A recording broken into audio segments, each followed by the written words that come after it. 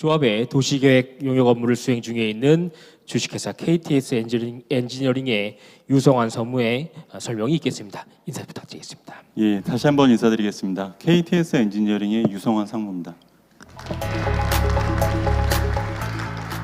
예, 압구정 3 신속통합기획안에 대해 설명드리도록 하겠습니다. 설명의 주요 내용에 대한 부분은 첫 번째 정비계획 수립 절차에 대한 내용을 설명을 좀 드리고요. 두 번째 신속통합계획안에서 용적률, 순부담 등의 밀도계획에 대한 부분을 설명을 좀 드릴 건데요.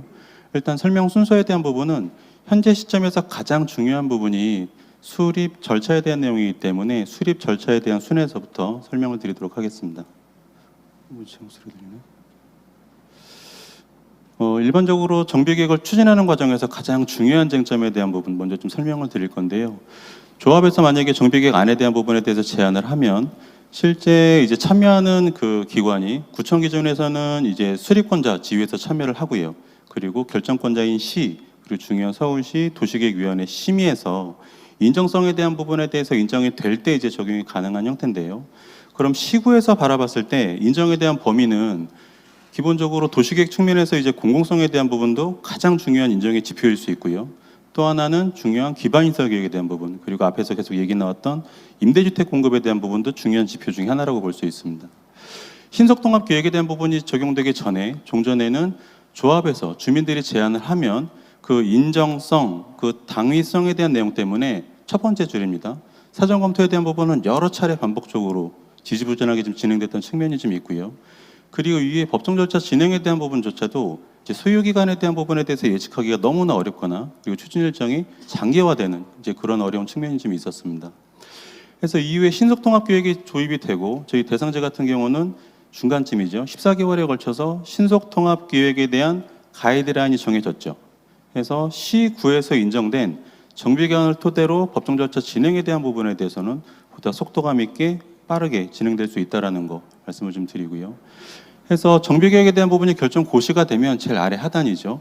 정비계획에 대한 결정 고시가 되면 결정 내용에 대한 부분을 기초해서 건축, 교통, 교육환경, 그리고 교통성 검토서 내지는 환경영향 평가 등에 대한 심의를 한꺼번에 통합적으로 진행될 수 있습니다. 정비계획에 대한 부분에서 결정하게 되는 내용은 크게 두 가지 주요 결정 사항이 있습니다. 첫 번째 주요 결정 사항에 대한 부분은 평면적인 계획, 도로, 공원, 녹지, 그리고 건축물을 건축하게 되는 획지 형태, 규모 이런 토지원 계획에 대한 부분을 결정하는 게 첫 번째 주요 결정 사항이고요. 두 번째 결정 사항에 대한 부분은 건축물을 건축하게 되는 획지에 적용하게 되는 건폐율, 용적률, 높이, 층수 이런 밀도 계획에 대한 부분을 결정을 하는 거예요. 그러면 전체적인 상황에서 말씀을 좀 드리면 평면적인 계획에 기초해서 그 상부 공간에 대한 부분을 결정하는 게 이게 정비계획의 주요 결정 사항입니다. 이렇게 해서 정비계획 결정 고시가 되면 그 이후에 통합심의, 사업시행 인가를 통해서 건축계획에 대한 부분에 대해서 건축 배치 계획, 그리고 세대수 계획, 평형에 대한 계획, 주동 형태, 인면 디자인, 그리고 공지 계획, 그리고 공동이용시설 설치 계획 이런 부분들에 대해서 구체적인 내용에 대한 건축계획을 결정을 하고요. 그 이후에 관리처분 계획 때 분담금 추산액에 대한 부분을 결정을 하게 되는데 실제 모법 기준에서 도시 및 중앙경 정비법 같은 경우는 왼쪽 그림에서 보시는 것처럼 사실상 절차법으로 볼 수가 있습니다. 그러면 절차법으로 결정에 대한 내용들은 제가 설명드린 것처럼 이렇게 각각 이렇게 좀 구분이 되어 있는 거고요. 그러면 분담금 추산액에 대한 부분을 결정하기 위해서는 당연히 앞단에 해당하는 법정 절차에 대한 부분은 선제적으로 이행이 꼭 당연히 돼야 되는 측면이 좀 있는 거고, 그럼 현재 기준에서 너무나 궁금한 저 분담금에 대한 부분을 예측하거나 추정하자라는 부분으로 봤을 때도 마찬가지입니다. 그럴 때도 앞단의 절차에 해당하는 적어도 검토 내용에 대한 부분들까지는 검토가 된 이후에 온전하게 추정 분담금에 대한 산정이 가능하다라는 얘기고요. 그 검토 내용 중에서 꼭 필요한 두 가지에 대한 부분을 꼽자라치면 첫 번째 얘기는 정비계획, 두 번째 얘기는 건축계획입니다. 이 두 가지가 없이는 저 추정 분담금에 대한 가정이나 예측에 대한 부분이 너무나 어렵다라는 부분인 거고요. 가령 계획에 대한 내용 없이, 그러니까 정비계획이나 건축계획 없이 저 추정 분담금에 대한 부분을 세무로만 가정을 해서 그 비용을 산정을 하고요. 그 산정된 비용에 대한 부분을 기준으로 정비계획이나 정비사업 방향에 대한 부분을 조정을 하게 되면 그런 형태는 지극히 바람직하지 못한 잘못된 형태다라는 부분을 말씀을 좀 드리겠습니다. 정비구역 지정이나 이제 정비계획 수립 절차에 대한 내용인데요. 먼저 조합에서 정비계획에 대한 주민 제안을 하게 되면 이어서 관련 부서 왼쪽에 있는 플로우입니다. 관련 부서 협의에 대한 부분을 진행을 하고요. 주민공람에 대한 부분은 도정법 기준에서 30일 이상 진행을 하도록 되어 있고 그 기간 내에 병행해서 주민 설명회를 진행을 합니다. 이후에 구의회 의견 청취까지만 진행을 하게 되면 사실상 구청에서 진행하는 법정 절차에 대한 부분은 완료가 됐다라고 보셔도 좋고요. 그럼 그 이후에 서울시 교청 요청을 하고 신속통합기획안 같은 경우는 서울시 도시계획위원회 본위원회 심의 상정하는 게 아니에요. 신속통합기획 같은 경우는 수권소위원회 상정을 하기 때문에 이제 빠른 결정이 가능하다라는 거고, 그럼 수권소위원회 상정하는 부분에 대해서는 일반적인 절차에서는 적용할 수 없는 신속통합기획안만의 특이점으로 볼 수 있습니다. 그 이후에 통합심의에 대한 부분에 대해서는 저건 정비계획 결정 고시 이후의 절차이기 때문에 실질적으로 저 통합심의에 대한 부분 때문에 앞단에서 진행하게 되는 정비계획에 대한 절차가 효율적으로 관리가 된다거나 기간이 단축이 된다거나 이런 내용하고는 상관이 없다라는 거 말씀을 좀 드리고요. 그러면 다시 처음으로 돌아가서 최초에 정비계획에 대한 부분을 제안하기 위해서는 꼭 준비를 해야 되는 것들이 몇 가지가 좀 있습니다. 첫 번째 내용에 대한 부분은 당연히 정비계획안에 대한 부분을 수립을 해야 되는 측면이 좀 있고요. 또 하나는 이제 건축계획안에 대한 부분을 작성을 하고, 그럼 이 두 가지를 가지고 비용에 대한 부분 내용까지 포함해서 종합적인 검토를 한 이후에 그 이후에 이제 주민 설명회나 이제 여러 방법 등을 통해서 주민 의견을 수렴하는 형태로 좀 진행될 수 있습니다. 그리고 종국에는 어쨌든 주민 동의에서 그게 기준 이상을 충족하는 형태여야만 이제 법정 절차에 대한 진행이 가능할 수 있다라는 것 좀 설명을 드리도록 하겠습니다.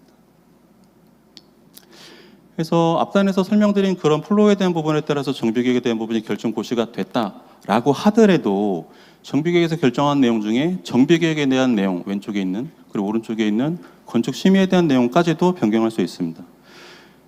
가령 세대수 계획에 대한 부분이 결정이 되고 그 계획 세대수에 대한 부분이 만약에 변경이 있을 때 만약에 증가하는 형태로 변경을 하게 되면 결정했던 세대수 기준에서 30% 범위 이내에서 경미한 변경이 가능하고요. 만약에 결정했던 세대수 기준에서 축소를 하는 경우는 10% 범위 이내에서 변경이 가능합니다. 그래서 이런 형태의 경미한 변경은 주요 플로우에서 적용되는 주민공람이라든가 주민 설명회, 구의 의견 청취라든가 서울시 도시계획위원회 심의 이런 주요 절차에 대한 부분들을 생략하고 진행을 하기 때문에 빠른 결정이 좀 가능한 측면이 좀 있고요. 그리고 보통은 정비계획이 결정된 이후에도 건축심의라든가 시공자 선정이라든가 측량 성과를 반영한다거나 내지는 조합원들의 뭔가 원하는 그런 타입이나 형태, 주동 형태에 대한 변경이 필요하다라는 부분 때문에 추진되는 경미한 변경의 횟수가 보통은 5번, 6번, 7번 정도는 진행될 수 있습니다. 그래서 그 과정에서 필요한 의견들에 대한 부분들을 계속 개진을 해주시고 그런 의견에 따라서 필요한 부분들을 계속 간단한 일정으로 조정해서 나갈 수 있다라는 부분 좀 설명을 드리겠습니다. 왼쪽에 보시는 도면 이제 너무나 많이 보셨죠. 신속통합기획에 대한 토지형 계획, 사실상 신속통합기획에 대한 마스터 플랜입니다. 오른쪽에 있는 도면도 많이 보셨을 텐데 오른쪽에 있는 도면은 지구 단위 계획에 대한 계획 지침도예요. 실제 대상지 같은 경우는 지구 단위 계획 구역에서 특별계획 구역 3구역으로 결정될 예정입니다. 지구 단위 계획은 아직 결정이 안 됐습니다. 심의에 대한 부분만 수정 가결로 통과가 됐고요. 지구 단위 계획에서 꼭 눈여겨보셔야 될 내용 중에 하나가 지구 단위 계획 내용에 왼쪽에 있는 빨간색 줄이죠. 신속통합기획을 우선 적용하도록 정해져 있어요. 그렇다 보니까 지구 단위 계획에도 불구하고 저 신속통합기획을 기초해서 정비계획에 대한 법정 절차를 진행하는 건 현재 시점에서 가능하다라는 부분인 거고요. 지구 단위 계획 오른쪽 도면에 대한 부분을 보시면 회색으로 들어가 있는 부분이죠. 동서간 도로에 대한 부분, 남북간 통과도로에 대한 부분 때문에 건축물을 건축할 수 있는 획지에 대한 부분은 작게 세분이 좀 돼 있습니다. 저걸 세분이 이제 6개의 획지 정도로 구분이 좀 돼 있는 부분이 있고요. 그리고 초등학교 남측 표시한 이제 A 지역이라는 부분 기준에서 보게 되면 A 지역 기준에서 초등학교는 북쪽에 있죠. 그렇다 보니까 학교 일조 영향에 대한 검토가 좀 필요한 부분이 있고요. 그리고 수인한도 범위에서 만족하는 형태로 주동을 배치를 하게 되면 부득이 주동 형태는 학교에서부터 이격될 수밖에 없고요. 그리고 주동의 규모는 층수가 낮아진다거나 밀도가 낮아질 수밖에 없습니다. 그러면 신속통합기획과 비교를 해봤을 때 뭔가 규모의 공동개발에 대한 부분이나 획지 활용도 측면에서는 보다 더 유리한 측면에서 적용이 가능하다라는 부분 좀 설명을 드리겠습니다. 이제 중요한 밀도 계획에 대한 부분일 수 있는데요. 먼저 용적률 계획에서 첫 번째는 기준 용적률로 시작이 됩니다. 기준 용적률은 용적률의 시작되는 용적률로 볼 수가 있는데요. 기준 용적률 산정에 대한 부분은 조금 복잡하실 수 있는데 용도지역 변경 전 용도지역에 해당하는 용적률을 적용을 합니다. 무슨 얘기냐면 왼쪽 아래에 있는 그림을 좀 보시면 실제 3종 일반 주거지역 같은 경우로 저희는 이제 대부분 3종 일반 주거지역으로 결정이 되어 있고요. 일부 2종 7층, 2종 일반 주거지역, 작게는 이제 1종 일반 주거까지 이렇게 4개의 용도지역이 혼재가 되어 있는데요. 기준 용적률 적용에 대한 부분은 용도지역별로 3종 일반 주거지역이면 230%로 결정을 합니다. 그리고 2종 일반 주거지역 7층 지역 같은 경우는 190%를 적용을 하고요. 그리고 2종 일반 주거지역은 200%, 1종은 150% 이런 형태로 결정을 하는데 이제 오른쪽 도면을 좀 보시면 계획한 획지에 대한 부분에 획지 내에 용도지역에 대한 부분이 여러 용도지역이 혼재되어 있다 보니까 부득이 기준 용적률에 대한 부분은 각각 적용할 수가 없습니다. 뭔가 건축 행위에 대한 기본 단위는 획지 단위로 적용을 하기 때문에 그러면 부득이 용적률에 대한 부분이 서로 차이가 있기 때문에 이 용적률에 대한 부분을 가중평균에서 적용을 하면 다시 왼쪽 위에 표 보시면 3종 획지는 파란색 글씨입니다. 220.4%로 적용이 되어 있고요. 그리고 다시 오른쪽 그림 오시면 오른쪽 하단에 비금쳐 있는 노란색 부분 준주거지역으로 변경되는 지역은 종전에 3종 일반 주거지역으로 결정되어 있는 지역이기 때문에 저기는 기준 용적률이 3종 일반 주거지역에 해당하는 용적률 230%죠. 그러면 다시 왼쪽으로 가시면 준주거지역 획지에 대한 기준 용적률은 230% 이렇게 적용이 되어 있어요. 그래서 전체 두 개의 획지에 해당하는 기준 용적률에 대한 부분을 가중평균에서 적용을 하게 되면 하단에 있는 큰 글씨죠. 기준 용적률은 평균에서 223%로 적용되어 있는 내용이 되겠습니다. 두 번째로 꼭 설명을 좀 드려야 되는 부분이 이제 상한 용적률에 대한 얘기인데요. 상한 용적률은 개념은 기준 용적률에서부터 공공기여에 따라서 늘어나는 용적률을 상한 용적률로 보고 있습니다. 그 공공기여에 따른다라는 표현에서 따르는 건 실제 사유지 제공에 대한 부분, 기부 찬압에 대한 부분을 말씀을 좀 드리는 거고요. 이게 앞에서 말씀드린 것처럼 획지에 대한 부분이 3종 획지와 준주거지역 획지에 대한 부분이 구분되어 있다 보니까 용적률 적용에 대한 부분도 마찬가지로 3종에 해당하는 용적률, 준주거지역에 해당하는 용적률로 구분이 좀 되어 있습니다. 그래서 3종에 해당하는 상한 용적률에 대한 부분은 기준 용적률이 왼쪽 그림입니다. 기준 용적률이 220.4%에서부터 시작을 하고요.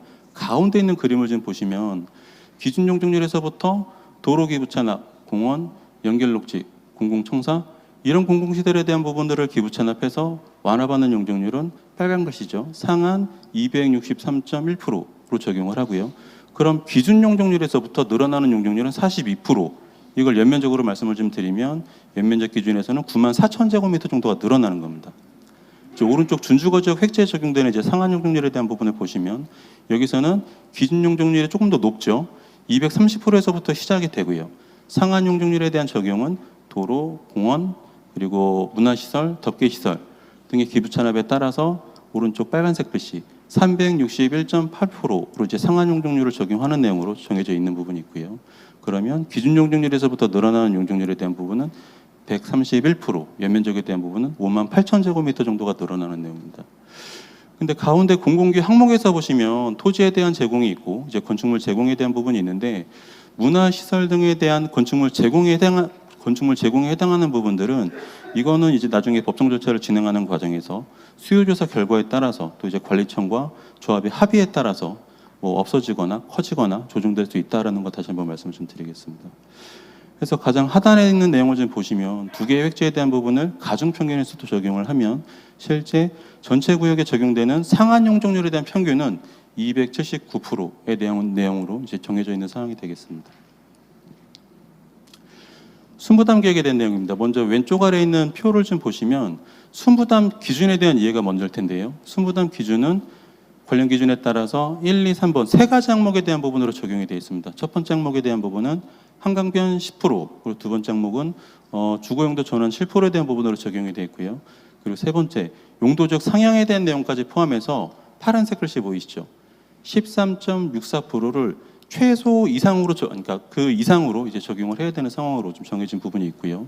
그럼 순부담 계획에 대한 부분에서는 어쨌든 기준 이상으로 빨간색 글씨입니다. 17.05%로 토지를 기부 찬합하는 부분과 건축물을 기부 찬합하는 부분으로 적용이 좀 되어 있습니다. 근데 이 상황에서 사실상 순부담 계획에 대한 부분이 기준 이상으로 초과한 부분이 있다 보니 그러면 가정을 좀 해보는 거죠. 순부담 기준과 유사하게 상한 용적률에 대한 부분을 적용을 하게 되면 이제 오른쪽 그림으로 좀 넘어오시면 상한 용적률이 순부담 기준만큼만 적용이 되면 상한 용적률이 279%에서 272 해서 용적률에 대한 기준에서는 7% 정도가 감소를 하고요. 연면적에 대한 부분은 이제 19,000제곱미터 정도가 줄 수 있습니다.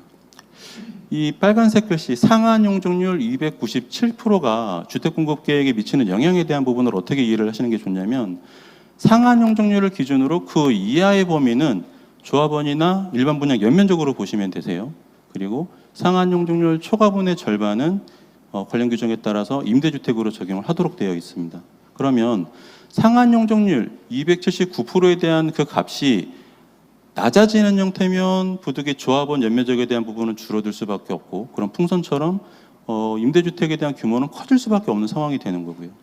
다른 케이스로 상한 용적률에 대한 부분이 279%보다 만약에 많아지는 형태면 조합원 분양 연면적에 대한 부분은 늘어납니다. 거꾸로 이제 임대주택에 대한 규모는 축소되는 측면이 있다라는 거고요.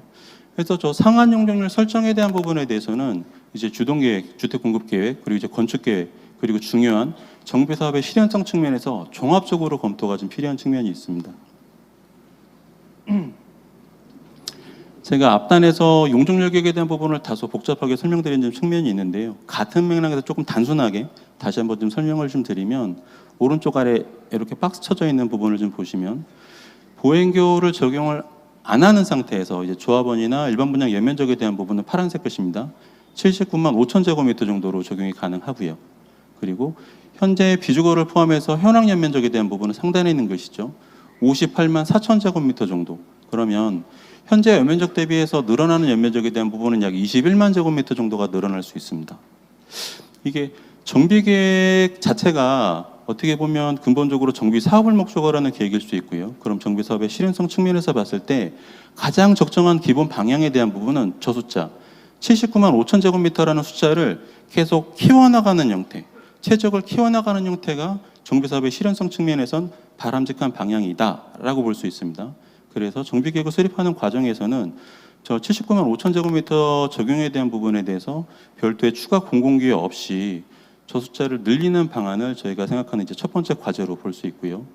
그리고 저 79만 5천 제곱미터에 대한 부분은 조금 이해하기 어려울 수는 있는데 어쩔 수 없습니다. 설계에 대한 부분에서 뭔가 시뮬레이션한 내용이 없다 보니까 나중에 건축계획에 대한 부분을 통해서 보다 구체적으로 검토가 진행될 예정에 있습니다. 이게 용적률 계획 관련해서 주민 참여단에서 검토해 주신 내용인데요. 가운데 있는 그 표를 좀 보시면 주민 참여단에서 검토된 내용에서는 신속통합계획에 대한 내용을 적용하기보다 지구단위 계획을 토대로 공공기여에 대한 부분은 10%를 적용을 하시고요. 그리고 지능형 건축물이나 제로에너지 장수명 건축물에 대한 부분으로 부족한 용적률에 대한 부분을 채워나가는 형태로 늘려나가는 형태로 검토를 해주셨고 그리고 임대주택은 적용을 안 하겠다라는 부분으로 검토를 좀 하셨는데 첫 번째 공공기여 10%에 대한 부분은 제가 앞단에서 설명드린 것처럼 기준에 미치지 못하는 부분이기 때문에 적용이 어렵다. 잘못됐다라고도 좀 말씀드릴 수 있고요. 그리고 지능형 건축물에 대한 부분에 대해서 용적률을 완화할 수 있는 방법으로 좀 제안을 해주셨는데 실제 이런 형태도 적용될 수가 없습니다. 왜 그러냐면 용적률 계획에 대한 부분은 저희 모법이죠. 도시및 주환경 정비법이라든가 정비계획에서의 상위 계획입니다. 서울시 도시및 주환경 정비 기본계획 그리고 관련 계획 중에 서울시 지구단위 수립 기준 이런 내용에 근거한 사실상의 법정 계획으로 보시는 게 맞으세요. 그렇다 보니까 뭔가 임의의 뭔가 주장에 따라서 적용하겠다라는 부분에 대해서는 현실적인 측면에서 어쨌든 저희는 법정 절차를 진행을 해야 되는 부분이기 때문에 적용이 좀 어렵다라는 부분을 좀 말씀을 좀 드리고 그리고 임대주택 미적용에 대한 내용에 대해서는 실제 시나 구 또 이제 서울시에 올라가서 심의 준비하는 과정에서 서울시 위원회에서는 주택 공급에 대한 부분들은 다양성에 대한 부분이 좀 강조되는 측면이 있고 그리고 임대주택 공급에 대한 부분에서도 봤을 때 임대주택 미적용에 대한 부분은 위원회에서 인정되기가 상당히 어렵다라는 부분 좀 강조해서 말씀을 좀 드리겠습니다. 실질적으로 적용하기는 어렵지만 참고로 설명을 좀 드리면 실제 공공기여에 대한 부분을 10%를 적용을 하고요. 그리고 임대주택을 만약에 적용을 안 하게 되면 실제 적용하는 연면적에 대한 부분은 조합 분양 연면적 기준에서 봤을 때 오른쪽 위에 빨간색 글씨죠. 12만 8천 제곱미터 정도가 줄어들 수 있어요. 근데 이 안은 지구 단위 계획안을 토대로 검토가 된 거고, 제가 앞에서 말씀드린 것처럼 지구 단위 계획에서 A 지역 설명을 좀 드렸잖아요. 그 지역은 바로 북측에 학교가 있기 때문에 실질적으로 이 연면적에 대한 부분은 대지 면적에 해당하는 용적률에 대한 부분으로 검토가 된 거고, 거기서 실제 설계를 검토하고 일조 영향에 대한 부분까지 검토하게 되면 이 연면적보다 더 큰 차이를 보일 수 있습니다. 마지막으로 설명드릴 부분이 왼쪽 하단에 있는 도면을 먼저 좀 보시면, 용적률 계획에 대한 부분은 두 가지 용적률에 대한 부분으로 결정이 되어 있는데, 가이드라인에 먼저 3종 일반 주거 지역에 적용하는 건축물 용도에 대한 부분은 흔히들 아시는 것처럼 공동주택 그리고 공동이용시설에 대한 도입이 가능하고요. 그리고 왼쪽 아래 이제 준주거 지역에 대한 부분에서 적용할 수 있는 건축물의 용도는 전체 연면적에 해당하는 10%는 비주거로 적용을 하셔야 돼요. 그리고 나머지 90%에 대한 부분은 조합원 분양이 될 수도 있고 일반 분양이 될 수도 있는 이제 공동주택으로 적용이 가능하다라는 부분인데, 이 준주거에 대한 부분을 3종 일반적으로 조정을 하게 되면 가장 큰 차이 나는 부분이 뭐냐면, 준주거 지역은 국토기획 및 유행하는 법률, 여기는 쉽게 이제 법적 상한 용적률 이런 표현을 쓰는데, 3종 준주거 지역 기준에서 최대 용적률은 500%까지 적용을 할 수 있습니다. 그리고 3종 일반 주거 지역에서 적용되는 최대 용적률에 대한 부분은 300%까지 적용을 할 수 있고요. 그럼 동일한 면적에서 용도 지역엔 차이 때문에 발생되는 용적률의 차이는 200%가 차이가 나는 거죠. 그렇다 보니까 준주거 지역으로 진행하는 경우는 어쨌든 밀도계획 측면에서 보다 유리하게 적용될 수 있는 측면이 있다라는 거고, 만약에 특정 또 다른 이유 때문에 용도 지역에 대한 부분을 준주거 지역보다는 3종 일반 주거 지역으로 진행을 하자라는 거면 용적률에 대한 부분이 법적 상한 용적률에서 차이 나는 부분이 있다 보니까 어쨌든 용적률 기준에서는, 용적률 측면에서는 보다 조금 더 신중한 검토가 필요하다라는 부분까지 설명을 좀 드리겠습니다. 네, 해서 여기까지 설명을 좀 마치도록 하겠습니다. 예, 고맙습니다. 신속통합계획에 따른 토지이용계획안과 관련돼서 좀 설명이 있었고요. 사실상 좀 어렵죠. 용적률 또 뭐 법적 상한 용적률, 뭐 기부채납 상당히 좀 어려운 부분인데 계속해서 반복적으로 우리 조합원님께 설명을 좀 드릴 수 있도록 할 겁니다. 오늘뿐만 아니고 추가적으로 기회가 된다면 우리 총회나 또는 소규모 설명회 등을 통해서 계속적으로 안내를 해드릴 예정이다라는 것도 말씀을 좀 드립니다.